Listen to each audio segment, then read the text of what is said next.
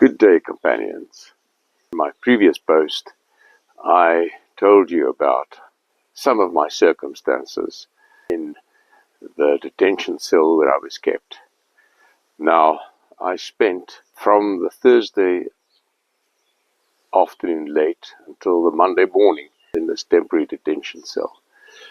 I was not taken to the main detention center, which I later found out consisted of 3 cells, each about 6 by 6 meters, I would guess, and each apparently occupied by 35 inmates. Now you can imagine how dire and possibly even dangerous for me the situation would have been there. And I'm grateful for the rank and file at the police station for not sending me there. And I have to say at this point that I found the Namibian police to be generally courteous and professional in the execution of their duties, and capable and focused and diligent. And this is apart now from that very obnoxious, racist colonel, lieutenant colonel that was there on the day that I was arrested.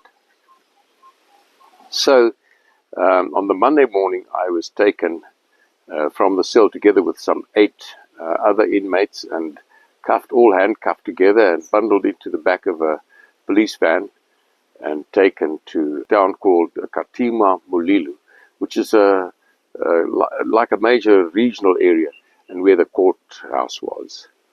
And I don't want to bore you with the details of the court case, but suffice to say that the magistrate, which was called Your Worship, gave me the option of a fine of 6,000 rand or a prison sentence of 6 months. Now, needless to say, I chose the fine. Now, late that evening, around 9 o'clock, we were back at the police station, and it was too late to do anything or go anywhere. So although I was now a free man, and this was an absolutely incredible feeling after being detained, to be free again, I decided it's best to sleep at the police station under the camel thorn tree where I had the Mandela park the vehicle, and to assess the situation in the morning. The next morning, I climbed onto the vehicle to assess what the situation was there.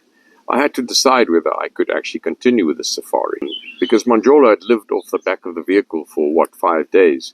And my conclusion was that if I could find some basic supplies at the local kind of grocery shop, general dealer, then I should be fine. And I was lucky, and by about 10 o'clock that morning, Manjolo and I were on our way again. But now Manjolo thought that we should not cross at the Kwando River and head for that place called Biko, because he says he'd found out in the meantime that the people there were crooks, as he called them. Now, I'm not sure what that meant, but I had to trust his judgment there. He wanted us to head back to Babwata.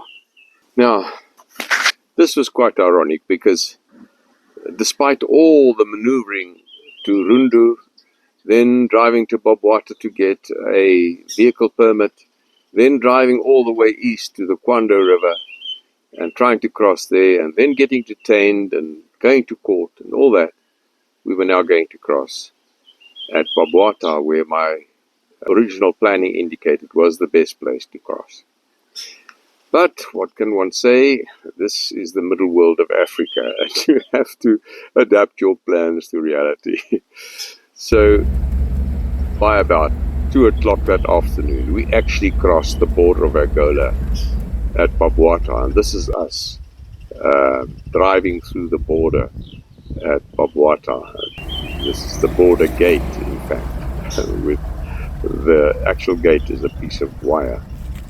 Now, this was great because now for the first time I was actually heading into the wilderness. So we started on a little sand track northwards that was really terrible and allowed only about 8 kilometers per hour. But I'll tell you about how it went further in the next post, because I think this is already getting a little bit long and I don't want to bore you, but I hope you enjoyed this, and I hope you're going to join me again. Good luck.